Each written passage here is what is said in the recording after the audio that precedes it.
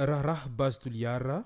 nangataka ny fanihonam-pahabe maso ireo taratasy rehetra mirakitra an'izany ny sombamboaka gasika rafenisoa nandritra ny fivoriana izay nataon'izy ireo teny amin'ny anteny miram-pirenena teny Tsimbazaza teny ka ny pitsopitsony mahakasika an'izay no fakafakana amintsika ato anatin'ity vidéo ity ka manasa antsika rehetra anaraka an'ity vidéo ity hatramin'ny farany azadino ny milike ny vidéo antsika ary tsy rovoatrany miabone amin'ny chaîne antsika mba ahafahanareo manaraka tsy tapaka ny vidéo zay lefa nahita isan'andro tsy ampindrena moa isika fa avy hatrany tonga de vavany ndao ary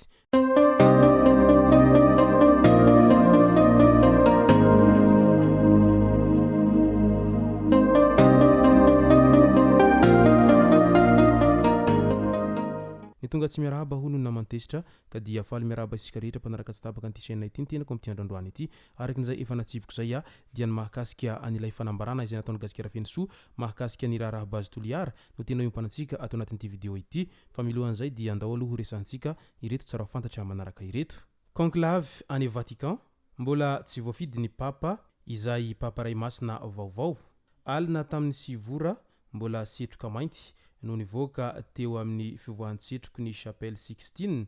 toerana anaovan'ireo kardinaly ny fifidianana izay manambara fa tsy mbola misy ny papa voafidy. Olona amanalina no tonga teo amin'ny place Saint-Pierre tao Vatican ny andro ny fivoahan'ny setroka mitohy amin'ity androandroany ity kosa izany fifidianana izany. No niriva teo dia mbola setroka mainty ihany koa no nivoaka teo amin'ny fivoahan-tsetroko ny Chapelle Sixtine Vatican izay minitra vitsy lasa tamin'iny ariva iny. Proof fa mbola tsy voafidy ihany koa ny papa vaovao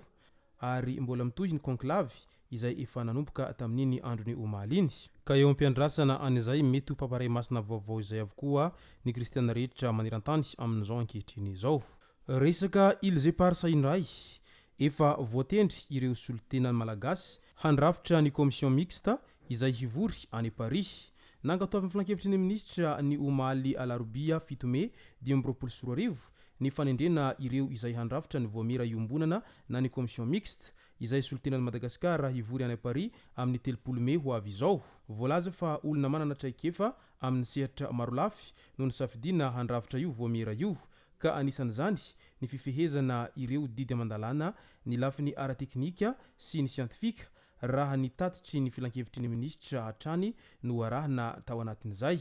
Ny premier ministre lehibe ny gouvernemanta na ny ministra ny raharaham-bahiny no hitarika ny délégationna malagasy amin'io fivoriana io. Any amin'izy ireo avokoa ny masony malagasy rehetra amin'izao fotoana izao satria miandrandra an'izay hoe hiverina ve sa tsy hiverina ireo nosy manodidina na ny antsoina hoe Ilse Parsa ireo aorian'ity commission mixte izay hiazo any Paris izao. Nankatoavy filan-kevitry ny ministra ny fampitanana ambava manamarina fa tsy hisy ny fandrafetana volavolan-dalàna izay fanitsina ny teti-bolam-panjakana ho an'ny taona 2024 arak'ireo maridrefy ara-toekarena dia mifanaraka amin'ireo vinavina napetraka teny am-piandohana ny teti-bola amin'izao fisasahany taom-pikarohana 2024 izao. Tsy ilaina arak'izany ny manitsy ny lalàna mifehy ny teti-bola. Io no anisan'ny vohitra tamin'ny filan-kevitry ny ministra izay notarihiny Andriamatoa filohan'ny Repoblika Andry Rajoelina ary natrehany Andriamatoa Premier Ministre Saint Christian izay lehibe ny gouvernemanta sy ireo ministra isan-tokony tamin'iny androny omaly alarobia 7 Mey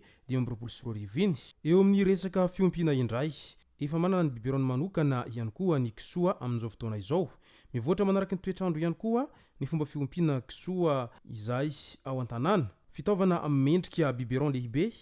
fanomezana sakafo ireo zana-kisoa hita teny amin'ny MPE Nansana tamin'ity androandroany ity. Andao amin'izay ho resantsika ny raharaha mahakasika ny tohiny ilay resaka mandeha hetisiroa amin'ny hoe base toliara izay malaza be amin'izao ankehitriny izao ary mbola ahitana fifandirana mafy eo amin'ny vahoaka sy ny mpitondra fanjakana amin'izao ankehitriny izao noho izay resaka raharaha base toliara izay satria maro ireo vahoaka any an-toerana any no tsy mankasitraka an'izay fisokafany orinasa base toliara izay fa itsy andaniny kosa misy ihany koa ireo vahoaka izay maniry mafy ny hisokafany izay orinasa base toliara izay ka mizara roa lehibe arak'izany ny hevitry ny ireo ponina any Atsimonosy any amin'izao fotoana izao manoloana an'izay hoe fisokafany orinasa base toliara ao ny manositra ao ny manaiky. ka nitondra fanazavana mahakasika an'izay ihany koa Andriamatoa Gasikara Fensoa nandritra ny fivoriana izay nataony ireo sombavambahoaka rehetra teny amin'ny antenimieram-pirenena tamin'iny androny omaly iny. Resaka raharaha bazy toliara hatrany araky ny nambarany takina ny hanehoana ampahabe maso ny fifanarahana eo amin'ny fanjakana sy io orinasa bazy toliara io araky ny nambarany sombavambahoaka Gasikara Fensoa hatrany.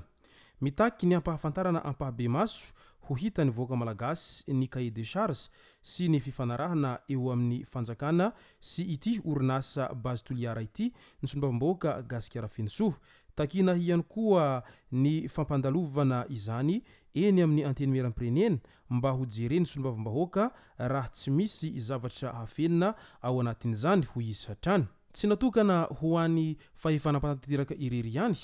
ny fanapahan-kevitra mahakasika azy io fa raharahan'ny firenena manontolo sy ny voaka malagasy mihitsy indrindra fa ny vahoaka ao Toliara ho iatrany ny fanazavany Gasikara Fensoa ka izay no antony tokony hanehoana an'izay fanarahana rehetra izay ampahabe maso sy ampandalovana eo ambany maso n'ireo sombavambahoaka rehetra mba ho hitam-poko ho hitam-pirenena raha toa ka tsy misy an'izay zavatra afenipenina ao anatin'izay araky ny voalazany ity sombavambahoaka izay voafidy tao amboribory tany fahenina tao Antananarivo renivohitra ity hatrany. Nanaitran'ny maro moa ity fanambarana izay nataony Gasikara Fensoa ity satria maro no itsy nanampo an'izay fangatahana ho atany Gasikara Fensoa teo ampahabe maso n'ireo sombavambahoaka rehetra voafidy izay tonga nivory tao amin'ny lapan'ny antenimieram-pirenena tao Tsimbazaza izay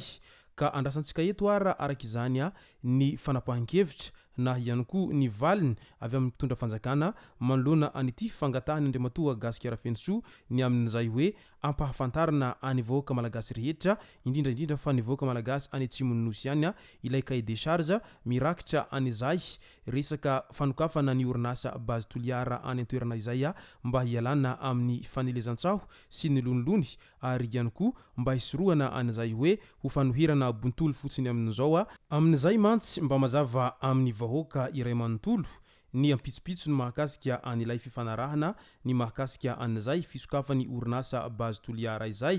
sady amin'izay ihany koa no mety tsy hanoherany ireo vahoaka an'izay ho fisokafany orinasa bazy toliara izay ka mety hivalona hatreo araky izany ny lonolony sy ny ahiahin'ireo vahoaka izay manohitra an'izay ho fisokafany orinasa bazy toliara izay satria matahotra mantsy izy ireo ny amin'ny mety loza hateraky an'izay fisokafany orinasa izay ka mety ho zay no mahatonga azy ireo manohitra an'izay ho fisokafany tetikasa bazy toliara any an-toerana izay.